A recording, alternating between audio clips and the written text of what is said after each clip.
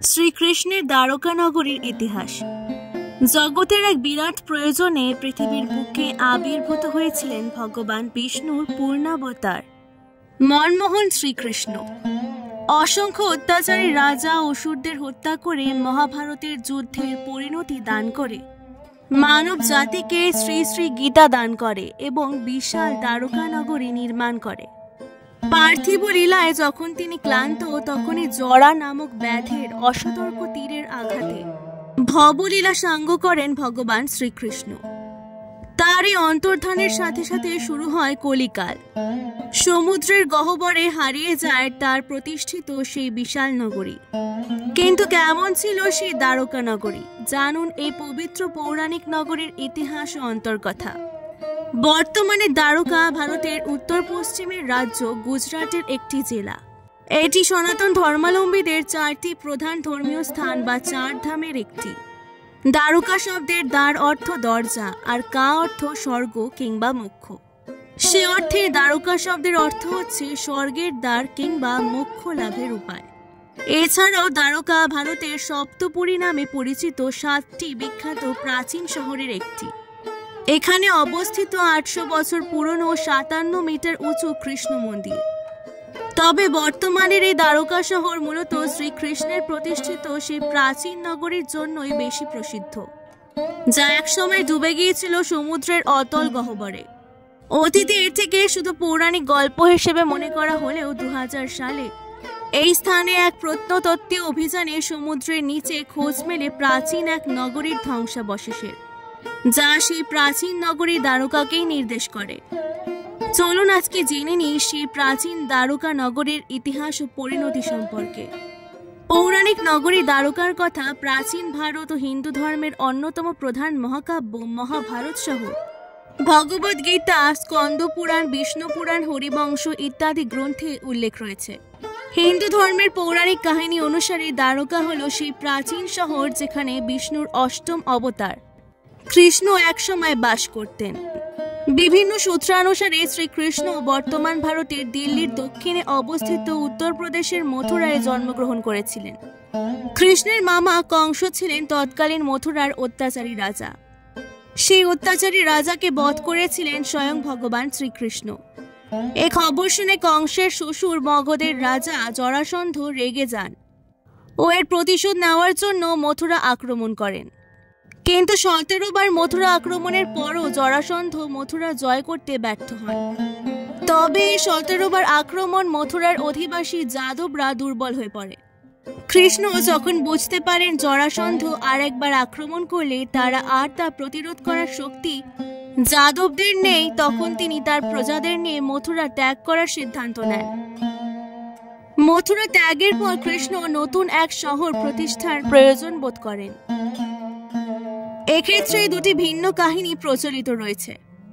প্রথমটির মতে ভগবান শ্রীকৃষ্ণ গরুড়ে চড়ে ভারতের উত্তর পশ্চিমের সৌরাষ্ট্রে আসেন এবং সেখানে দ্বারকা নগরী প্রতিষ্ঠা করেন। দ্বিতীয় কাহিনী অনুসারে নতুন এই শহর প্রতিষ্ঠার জন্য শ্রীকৃষ্ণ নির্মাণের দেবতা বিশ্বকর্মার সাহায্য নেন। বিশ্বকর্মা কৃষ্ণকে জানান যদি সমুদ্রের দেবতা সমুদ্রদেব তাদেরকে কিছু জমি প্রদান করেন, শুধুমাত্র তবেই এ কাজ সম্পন্ন করা সম্ভব হবে। কৃষ্ণ তখন সমুদ্রদেবের পূজা করেন এবং সমুদ্রদেব খুশি হয়ে কৃষ্ণকে 12 যোজন অর্থাৎ 773 বর্গ কিমি জমি প্রদান করেন। জমি পাওয়ার পর বিশ্বকর্মা সেখানে দ্বারকা নগরী নির্মাণ করেন। মহাভারত অনুযায়ী দ্বারকা ছিল শ্রীকৃষ্ণ তথা যদু বংশীয়দের রাজধানী। খুব ভালোভাবে পরিকল্পনা করে দ্বারকা নগরী নির্মাণ করা হয়েছিল। পুরো শহরটি মোট 6টি ভাগে বিভক্ত ছিল। আবাসিক ও বাণিজ্যিক এলাকা, চওড়া রাস্তা, নগর চত্বর, সোনা রূপা ও দামি পাথর দিয়ে নির্মিত বিশাল বিশাল প্রাসাদ, জনগণের সুযোগ সুবিধার জন্য নানা স্থাপনা সহ নানা উদ্যান ও লেক ইত্যাদি নিয়ে গড়ে উঠেছিল দ্বারকা নগরী। প্রায় 7 লক্ষ ছোট বড় প্রাসাদ ছিল এই নগরীতে। এখানে ছিল সুধর্ম সভা নামে এক বিশাল হলঘর, যেখানে নানান ধরনের আলোচনা সভা অনুষ্ঠিত হতো। গোটা নগরীটি ছিল জলবেষ্টিত। এটি ছিল মূলত একটি দ্বীপনগর। চারপাশে বেষ্টিত জলরাশি দ্বারকাকে শত্রুর হাত থেকে রক্ষা করত। দ্বারকা নগরী ছিল দুভাগে বিভক্ত। একটি মূল দ্বারকা নগরী, অন্যটি দ্বীপ দ্বারকা, যা মূলত বেট দ্বারকা নামে বেশি প্রচলিত ছিল। বিভিন্ন সূত্রানুযায়ী এই দুই দ্বারকার মাঝে ছিল অগভীর সমুদ্র। মূল অংশের সাথে দ্বীপ শহরটি নানা ব্রিজ ও বন্দর দ্বারা যুক্ত ছিল। জোয়ারের সময় মূল দ্বারকা থেকে দ্বীপ দ্বারকা বিচ্ছিন্ন হয়ে যেত, আবার ভাটার সময় যুক্ত হয়ে যেত এই দুটি। শ্রীকৃষ্ণ তার বাকি জীবন এই দ্বারকা নগরীতে অতিবাহিত করেছিলেন এবং তার তিরোধানের পর গোটা দ্বারকা নগরী এক বিশাল বন্যায় সমুদ্রের গভীরে হারিয়ে যায়। বলা হয়ে থাকে, কৃষ্ণের প্রতিষ্ঠিত সেই দ্বারকা নগরী ধ্বংস হয়ে যাওয়ার পর বহু শতাব্দী ধরে বহু সভ্যতার মানুষ সেই স্থানে তাদের শহর নির্মাণ করে এসেছে। বর্তমানে সেখানে যে দ্বারকা নগরী রয়েছে সেটি ওই স্থানে এমনই ভাবে নির্মিত সপ্তম শহর। দ্বারকার মূল মন্দিরটির বর্তমান নাম দ্বারকাধীশ মন্দির। অনেকের মতে এই 5তলা মন্দিরটি ষোড়শ শতাব্দীতে নির্মিত।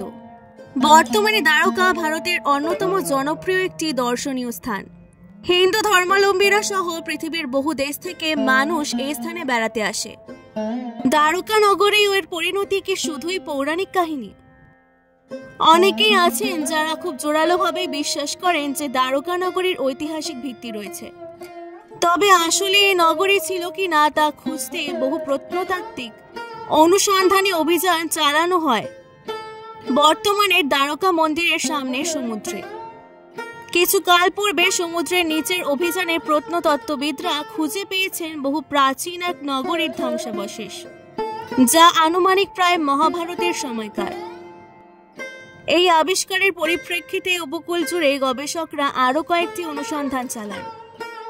এই অনুসন্ধানে দেখা যায় বাস্তবেই বর্তমান দ্বারকা নগরীর সামনের সমুদ্রের নিচে প্রায় 36 মিটার গভীরে রয়েছে প্রাচীন সেই নগরীর বিভিন্ন ধ্বংসাবশেষ। এর মধ্যে রয়েছে পাথর নির্মিত বিভিন্ন আকৃতির নগর, ভবন ও দুর্গ তৈরিতে ব্যবহৃত নানা পাথরের ব্লক।